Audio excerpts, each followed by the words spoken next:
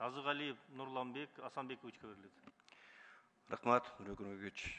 Урматтуу депутаттар, урматтуу Алмазбек Акынжанович, сиздердин көңүлдөргө бизге боордош жакын тууган элдердин биринин Түркия Республикасы менен жүргүзүлүп жаткан иш аракеттерибиз тууралуу бир маселени сунуштайт элем.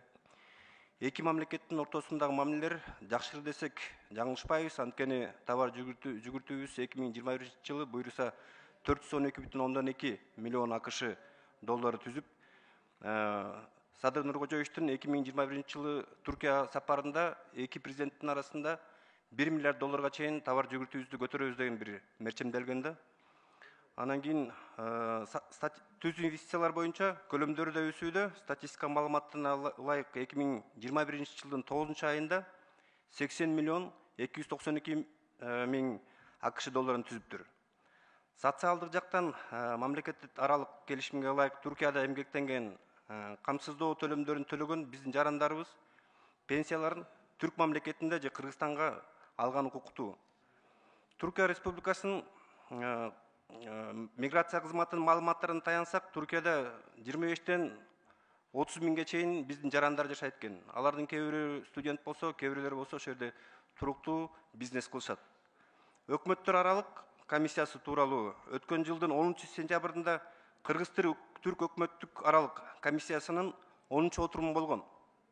Ошондо 79 тапшырмалардан турган 2021-22 жылдарга иш-чаралар планы кабыл алынган болчу.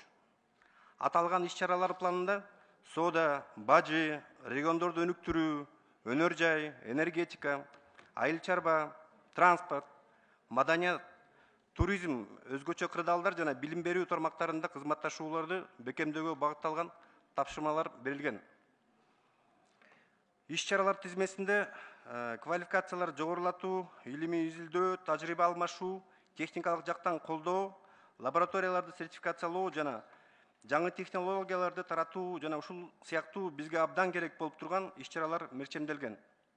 Урматтуу Алмазбек Акынжанович, сиз тийиштүү министрлерге тапшырма берилип койсоңуз, жогоруда айтылган иш-чаралардын 21 жылга мерчемделген кайсы тапшырмалар аткарылды, кайсыл тапшырмалар 2000 жылы аткарыла тургандыгы бир иш аракеттери жасашсын да.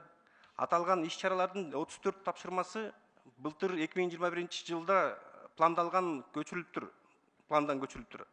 Алар ар кандай себептер менен, пандемия жана башка себептер менен аткарылбай калыптыр. Кыргыз-Түрк экономикалык байланыштарыбызды өнүктүрсөк, мерчемделген